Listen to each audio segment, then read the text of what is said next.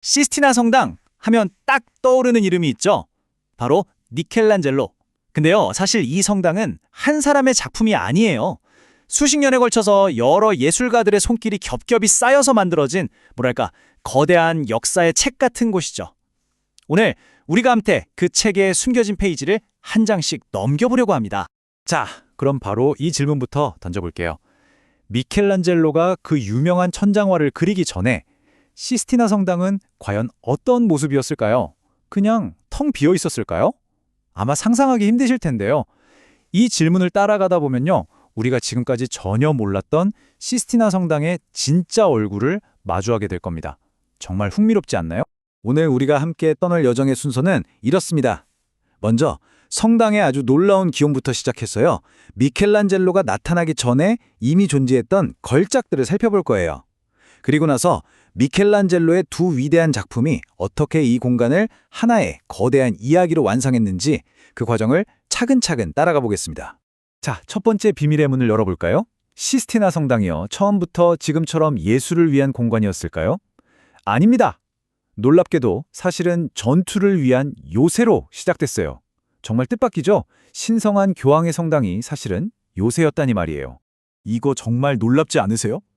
1483년에 처음 지어졌을 때 이 건물은 그냥 요새 그 자체였어요. 벽 위에는 성벽처럼 전투를 위한 공간이 있었고요. 더 놀라운 건 뭔지 아세요? 우리가 그토록 감탄하며 올려다보는 바로 그 천장, 그 위에는 군인들의 침실이 있었다는 겁니다. 상상이 가시나요? 심지어 바깥에서 바로 들어오는 문도 없었어요. 오직 조항의 개인 아파트를 통해서만 들어올 수 있는 아주 비밀스럽고 철저하게 방어적인 공간이었던 거죠. 자, 이 연대표를 보시면 성당이 어떻게 변해왔는지 한눈에 들어올 겁니다. 1483년에 건물이 완성되자마자 거의 바로 벽화 작업이 시작됐어요. 그리고 미켈란젤로가 천장화를 그린 건 그로부터 약 25년이나 지난 후의 일이고요. 또 그의 두 번째 대작, 최후의 심판은 거기서 또 한 세대가 지나서야 완성됩니다.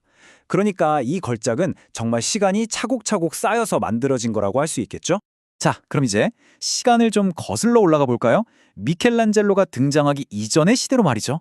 많은 사람들이 미켈란젤로가 전부라고 생각하지만 사실 그가 오기 전에도 시스티나 성당은 이미 르네상스 시대 최고의 걸작들로 찬란하게 빛나고 있었습니다.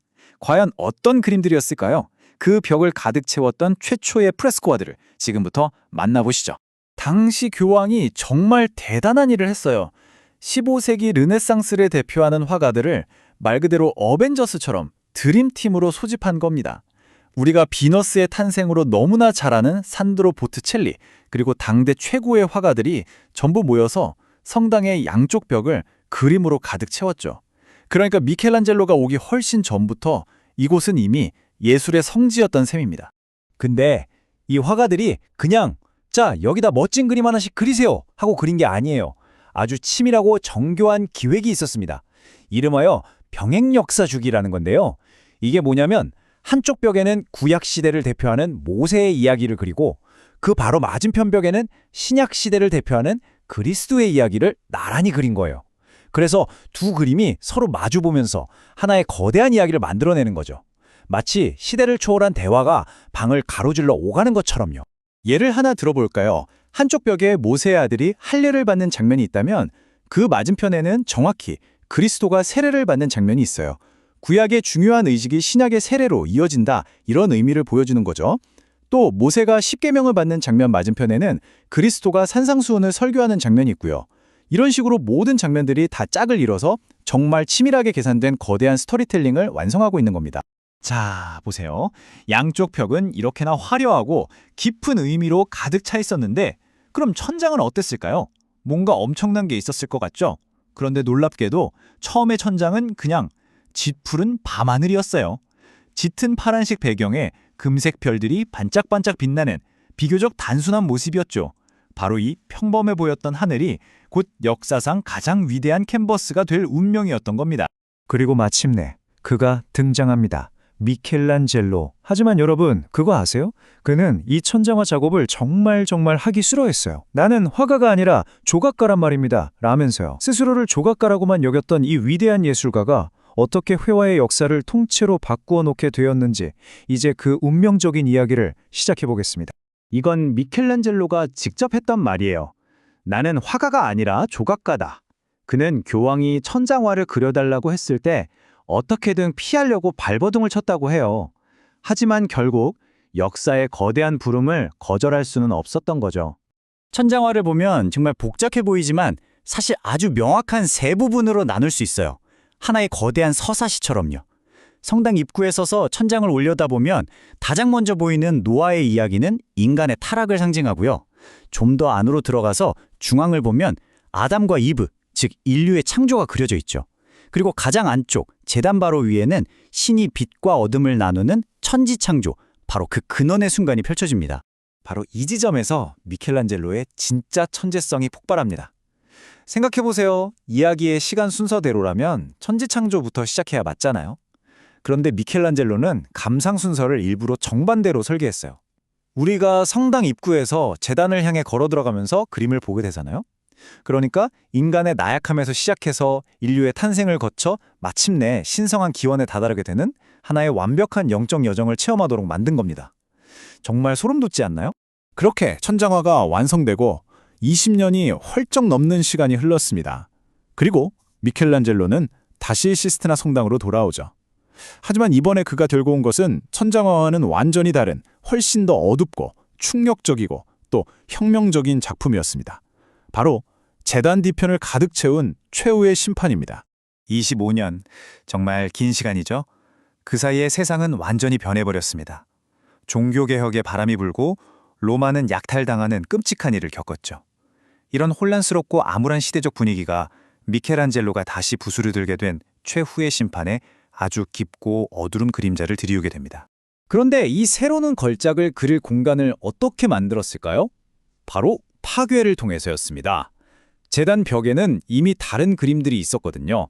미켈란젤로는 자기 스승이나 다름없던 페르지노의 작품을 포함해서 그 벽에 있던 기존 프레스코아들을 전부 지워버려야 했습니다. 새로운 창조를 위한 파괴.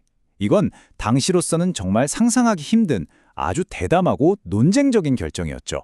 미켈란젤로가 얼마나 혁신적이었는지는 그 이전의 최후의 심판 그림들과 비교해보면 확 드러납니다. 전통적인 그림들은요, 보통 심판이 다 끝난 뒤에 질서정연하고 평온한 모습을 그렸어요. 하지만 미켈란젤로는 달랐습니다. 그는 심판이 벌어지기 바로 직전, 그 격렬한 혼돈과 공포의 순간을 화면에 담아냈죠. 그리스도의 모습도요, 자비로운 구원자가 아니라 마치 고대 신화에 나오는 신처럼 아주 강력하고 무서운 심판관의 모습으로 그려냈습니다. 당연히 이 그림이 공개되자마자 난리가 났습니다. 엄청난 논란을 불렀죠. 특히 그 안에 그려진 수많은 나체의 인물들 때문에 비난이 쏟아졌어요. 심지어 교황의 의전관이었던 비아조 다 체세나라는 사람은 이 그림을 보고 뭐라고 했냐면 이건 신성한 성당이 아니라 공중 목욕탕에나 어울리는 그림이다 라면서 혹평을 쏟아냈습니다. 하지만 미켈란젤로, 보통 사람이 아니죠. 그는 말 대신 붓으로 복수했습니다. 어떻게 했냐고요? 그림 맨 아래 지옥의 심판관 미노스가 있거든요. 바로 그 미노스의 얼굴을 자기를 비난했던 그 의정관 비아조의 얼굴로 그려 넣어버린 겁니다. 그것도 그냥 그린 게 아니라 어리석음을 상징하는 당나귀귀를 달고 뱀이 그의 중요 부위를 물고 있는 아주 굴욕적인 모습으로 말이죠. 이걸 본 의전관이 얼마나 화가 났겠어요. 당장 교황에게 달려가서 저 그림 좀 어떻게 해달라고 항의했죠. 그랬더니 교황이 뭐라고 답했는지 아세요? 아주 재치 있게 이렇게 말했다고 합니다. 내 권한은 천국이랑 연호까지만 미치는데 지옥에 있는 당신까지는 내가 어떻게 구해줄 수가 없겠군요. 이걸로 예술가의 통쾌한 복수가 완벽하게 완성되는 순간이었죠. 자, 이제 흩어져 있던 조각들을 하나로 맞춰볼 시간입니다. 서로 다른 시대에 다른 생각으로 그려진 이 모든 예술 작품들이 어떻게 시스티나 성당이라는 공간 안에서 하나의 거대하고 완벽한 이야기로 완성되는지 그 마지막 그림을 함께 그려보며 마무리하겠습니다. 이렇게 놓고 보니 전체 그림이 아주 뚜렷하게 보이지 않나요? 양쪽 벽에 그려진 그림들은 모세와 그리스도의 율법 시대를 이야기하고 고개를 들어 천장을 보면 창세기의 세상의 시작이 펼쳐지죠. 그리고 마지막으로 제단 뒤를 보면 세상의 끝, 바로 최후의 심판이 우리를 압도합니다.